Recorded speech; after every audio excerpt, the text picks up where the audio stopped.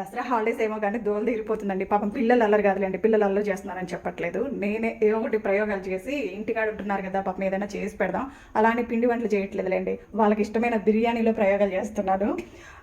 వాళ్ళ కోసం అంటమేమో కానీ నాకే ఒక చిన్న డౌట్ అండి. ఏంటంటే ఎవరైనా గెస్టులు పిలుచుకున్నాం అనుకోండి, పొద్దు నుంచి వంట తొందరగా చేసేసుకుంటాం వాళ్ళు వచ్చే లోపు అయిపోవాలని. అలాంటప్పుడు బిర్యానీ చల్లగా అయిపోతుంది.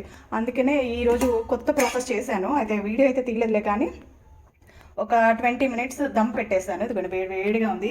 అంటే వాళ్ళు వచ్చే ముందు ఇలా దమ్ రెడీ చేసుకోవచ్చు. అదిగోండి పొగలు వస్తున్నాయి చూస్తున్నారు కదా.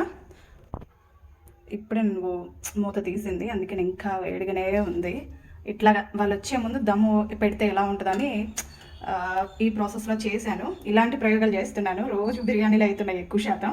నిన్నేమో బగారా రైస్ చేసి చికెన్ కర్రీ చేశాను. ముక్క కూడా భలే ఉడికిందండి. వేడిగా ఇంకా పిల్లలకి పెట్టేయటమే.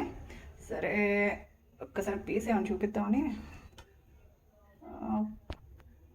అదిగోండి, అంటే నిన్న ఒక చికెన్ తీసుకొస్తే ఒక ½ కేజీ పక్కన పెట్టేశాను. వేడి తగ్గిద్ది ఉండండి. దమ్ పెట్టేశాను. ఇంకా మా వాళ్ళు రెడీగా ఉన్నారు. ఒక ఎగ్ పగిలి ఉంటే ఒక 2 ఏమో అందులో వేసా, ఒకటేమో పగిలిన ఎగ్నేమో ఆమ్లెట్ వేసాను.